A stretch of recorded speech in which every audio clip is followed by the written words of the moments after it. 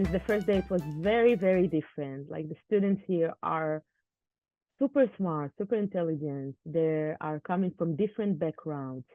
They are um, really passionate about their Judaism, and they come into Slifka to explore it from different perspectives. My job is to bring Israel, but also to show them what is my, like, how do I see Jewish life, like as an Ethiopian woman that was born and raised in Israel, that have difficult in life, if it's racism and discrimination and things like that, but still kind of made it, like kind of like break the glass ceiling that we have in Israel. But also, it's really important to show them how other ethnical minorities group are living in Israel, which was for me one of my like top priorities to do here.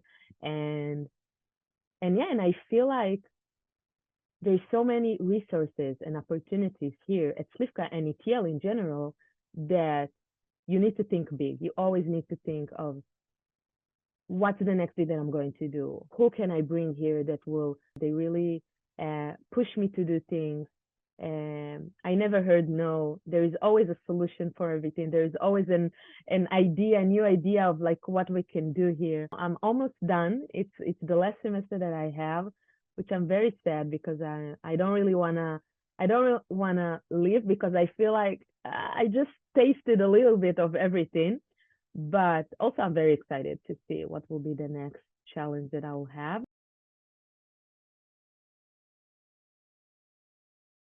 I feel like everyone is so welcome here, and especially Jewish students, but not only Jewish students. This is what's so important for me to let people understand that when you go downstairs to eat dinner, you will see a lot of not Jewish students that come in here, and a lot of Jewish students that bring their friends because they feel so comfortable here at Slifka, and it's such a safe space because what the staff build here and the community build here, it's such a strong community that support each other no matter what. It means that any Jewish students and any not Jewish student can find someone on the staff, on the community, on like the Hillel student board that he can relate to, I feel like.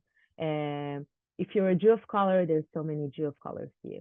If you're Reformed, there's so many Reforms here. It's Orthodox and conservatives, and there's like Jews that are just Jews, and there's Israelis here, and there's everything here. And I feel this is what makes Slifka so unique. And also, I think it's the leadership of Slifka that maintain this community so close and unite, especially in tough days like what's going on right now after October 7, when there's so many bad things going on, and the rise of anti-Semitism and the rise of like anti-Israel and anti-Zionism. And somehow here at Slifka, you can come and talk about it and won't be afraid to be judged.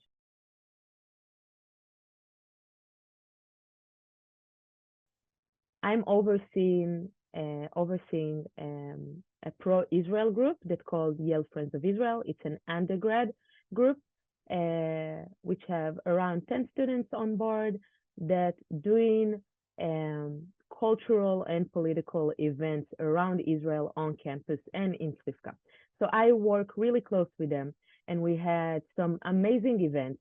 We had last year we had a Yom Ha'atzmaut, which is like the Independence Day of Israel, party with so many people that came, and we had like Israeli food, and we had a DJ, and we had some like swag to give the students, and it was such like a big celebration of Israel, and I really enjoyed to see it because who can imagine that outside of Israel you will celebrate the Independence Day? But it was amazing. But also this group have some of the most amazing students here that working so hard to make Israel the the the center of things.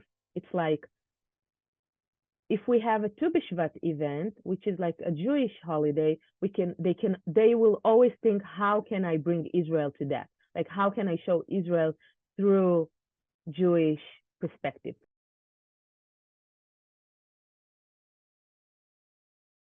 One of the highlights for me here is doing the Kol Israel Fellowship. It's basically 6-week sessions that we are diving into hot topics that we have in Israel society. I think that what's most important for me is to show the students that this is a safe space to speak about those things. So first of all, to make them feel safe and know that no matter what they're going to say, no matter what they're going to think, they are welcome and we are going to listen to them. I think that this session, this fellowship is going to be about diversity and identity in the Jewish community. Like, who are the Jews? Like, I really want to dive into the roots of everything. And I want them to feel that we are, like, I want each student that come into this session to feel that we see him, no matter where he came from. Like, if he's Jewish, we're probably going to speak about his group inside of the Jewish world. So what is anti-Semitism exactly? Like, there is like a very like timeline between anti-Semitism and anti-Zionism and anti-Israel. And I think we need to really ask, what is this line? Like, what exactly is anti-Semitism, and what's really different about Israel from other countries? Such a small country in the Middle East, and everyone is talking about it. Like, I really want to understand with the students what they think about, like, how they see Israel, and what does Israel represent. Also, I think what I really want to touch in this fellowship will be also what is resilience and what is Jewish joy. Like, how do you celebrate like being Jewish?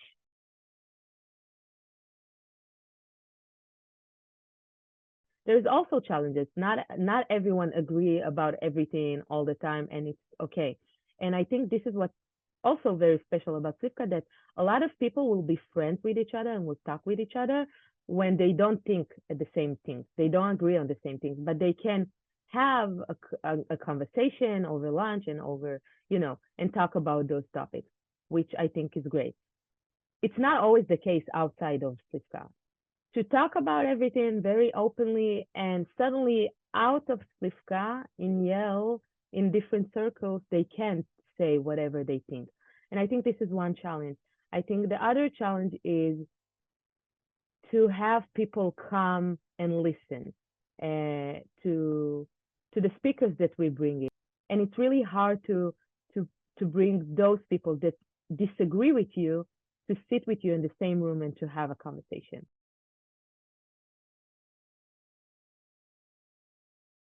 The first 2 weeks were so emotional and intense, and everyone was crying here, and everyone was so sad, and students couldn't go to class to study, and students almost failed classes because of what's going on in Israel. That most of the students have a connection to Israel. A lot of students in the Slifka community visit Israel every few months. They have family members in Israel, and it touches everyone in the Slifka community. So yeah, so a lot of support, a lot of conversation, a lot of community gathering, and I think that we did a great job. Like, the Slifka staff did an amazing job with supporting the students. So yeah, and now we are on the part when we educate them and like trying to give them more tools of how to deal with those kind of situations when it comes to you.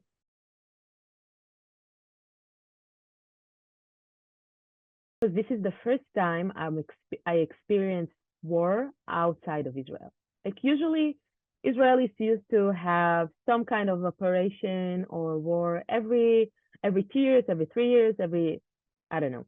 But this is the first time I was so far from home, and it was also such a big event in Israel history. Like we never experienced something like that. We never experienced people coming, like terrorists coming inside of Israel and doing those horrific acts. And it was just processing it took me until now. Like I still process a lot of things that happen. And from my point of view, it seems like for me, I was probably very dramatic at the moment, but I really thought that I don't have a home to come back to. Like this is how scared I was, because it was from the north and then the south, and then like all over Israel things happen, and I felt so so um sad about what's going on, and also afraid. And I'm not a person that get afraid really like easily, but this time I really like the videos, and social media didn't help with that, and like being 24/7 watching the news and seeing how many people we lost and how many people got kidnapped, and there is still people that are in Gaza, and like I'm going back to work, but they are still in tunnels. And it's like, it's so, so surreal. And I can't imagine this situation. Like, every few days, I'm like, is this happening? Is this like a dream? Is this like, and it is happening. And going back to Israel reminds me that we are such a strong nation, like the people in Israel, because from the moment I land in Ben Gurion, I felt the Israel vibes, like when we are all unite and everyone is coming together and everyone put aside everything that is not important in the moment. And you can see on the road, like when I get back, I live in the north, and I get back from Tel Aviv to the north during my trip on the car, like I saw on the side of the road so many people just took their stuff and had like food trucks and things that they donate to like soldiers and people that doesn't have a place to be, because a lot of people went out of their houses, find other Israelis that offer their, like, come, we will host you, we will visit you. And just seeing those things made me come back and be more optimistic about the future, because I don't know how it's going to look like. And now I feel like we will take so much time to recover from that. But also, I believe it can happen.